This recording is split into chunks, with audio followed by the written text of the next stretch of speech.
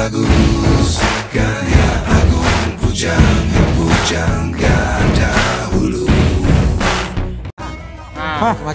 Udah kelihatan mukanya nih. Jangan tunjuk gue. Oke, Ayo siapa mau nanya? ya, Pasal dulu deh. Jadi Mama Dede, guru-guru sekalian, pertanyaan yang cukup apa namanya, ya apa ya? Gelitik mengganggu. Ayo. Penasaran? Cukup sudah. Gimana sih cara menjadi pemimpin yang baik, yang amanah, ya baik di dalam keluarga, di lingkungan sekitar, terus di band juga, atau bahkan mungkin di pemerintahan begitu. Ini kayaknya bukan pertanyaan, ini curhat kayaknya. Makanya ke Mama curhat dong, Ma. Oh iya. Oke, silakan Ma dijawab. Baik. Jadi pemimpin, kalau misalnya jadi pemimpin dari mulai ujung paling atas sampai RT, sampai RW, sampai kepala keluarga, kita semua adalah pemimpin. Kullukum ra'in wa kullukum mas'ulun an ra'iyatihi. Semua kalian pemimpin. Semua pemimpin dimintai pertanggungjawaban dengan apa yang kalian pimpin. Kita lihat di dalam surat An-Nisa 58. Innallaha ya'murukum an tu'addul amanati ila ahliha. Wa idza hakamtum bainan nas an tahkumu bil adl. Allah perintahkan kalian semua menyampaikan amanat kepada yang berhak menerimanya. Kalau kalian jadi seorang hakim, ialah hakim yang adil. Artinya kita pimpinan di level yang manapun harus amanat. Hak orang sampaikan kepada orang. Kalau dalam keluarga, hak istri sampaikan kepada istri, hak anak sampaikan kepada anak. Karena masing-masing ada amanat tertentu dan memang porsinya berbeda-beda. Dan kalau seandainya ada orang tidak amanat, dia bukan orang yang beriman. Coba kita lihat di dalam surat Al-Mu'minun 8. Walladzina hum li amanatihim wa ahdihim ra'un. Tanda orang yang beriman, yang berbahagia, yang menyampaikan amanat dan menunaikan janji-janji mereka. Jangan sembarangan janji kalau tidak dikabulkan. Selama ini banyak yang memang janji, tinggal janji. Jadi Masya Allah luar biasa. Pemimpin level manapun wajib amanat. Kemudian kata Allah dalam ayat tadi, kalau jadi hakim, ialah hakim yang adil.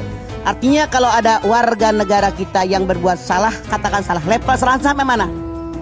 Jadi yang adil itu menempatkan sesuatu pada tempatnya. Makanya hadis Nabi mengatakan yang namanya hakim ada 3 kelas. 1, hakim ini sangat tahu tentang hukum yang benar, yang salah. Dia melaksanakan ilmu yang dia ketahui, tempatnya surganya Allah. 2, ada benar-benar orang ini, seorang pemimpin, seorang hakim, tahu tentang ilmunya. Tapi ketika diberikan keputusan tidak sesuai dengan ilmu agamanya yang dia ketahui, tempatnya neraka. Nauzubillah. Tapi kalau ungu, terutama Pasha ini insya Allah kalau jadi pemimpin yang adil. Aman. Kan tadi antahkumu bil adl. Ya. Maka dia sudah ambil adil. Adel punya dia.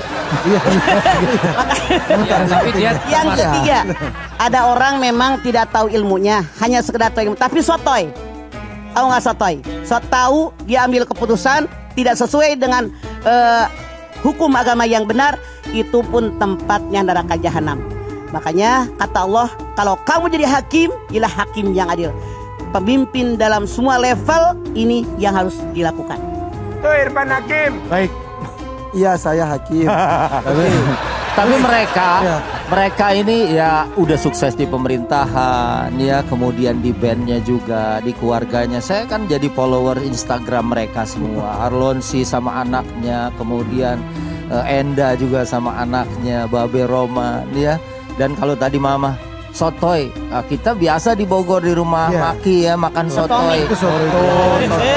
Saya juga lihat bagaimana pasca waktu banjir dia turun ke sana, saya lihat juga itu. Paling tidak bagaimana nangani waktu ada musibah di wilayahnya. Ya artinya pasca bertanggung jawab sebagai pemimpin, nggak hanya tinggal diam gitu kan. Artinya Anda sudah melaksanakan amanat ini. Ya. Oke baik, ke pertanyaan kedua boleh. Jadi setiap kita itu sebenarnya pemimpin ya Mama Dede. Betul. Sampai suami pemimpin dalam keluarganya, istri pemimpin dalam keluarga suaminya. Pembantu pemimpin bertanggung jawab dengan apa yang diamanatkan dengan dirinya. Sampai pembantu juga pemimpin. Jadi semua level. Oke. Ada dalam konteks tertentu misalnya Mama Dede, misalnya dalam kelompok-kelompok organisasi diminta jadi pemimpin dan kita menolak, itu salah nggak? Kalau kita tahu kita punya kemampuan dan punya kemauan, silahkan jadi. Tapi kalau kita berpikir rasanya kalau saya masuk di situ hancur akidah saya, lebih baik mundur, selamatkan akidah kita. Bagaimana dengan orang yang mampu, merasa mampu, tapi karena tidak punya biaya untuk mencapai kursi kepemimpinan, katakan curhat dong mah. Maaf.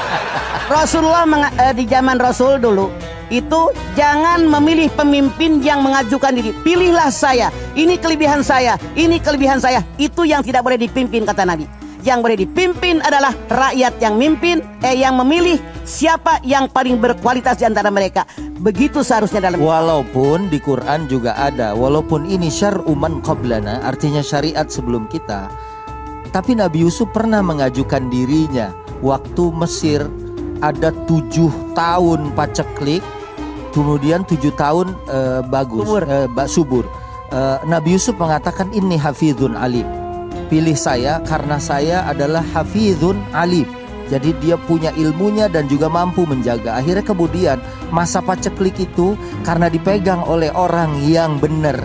Ya, artinya Yusuf yang adil, yang amanah, menjalankan apa yang diperintahkan Allah, sehingga kemudian kembali menjadi makmur. Walaupun memang kalau dia nggak punya kemampuan, jangan minta-minta. Karena hadis yang bilang jangan minta-minta ke pemimpinan itu kalau dia seorang saksiyah yang lemah. Misalnya orang miskin jadi bendahara, repot. Ya kan, ini bukannya nambah kasnya, bisa-bisa naudzubillah hilang gitu kan.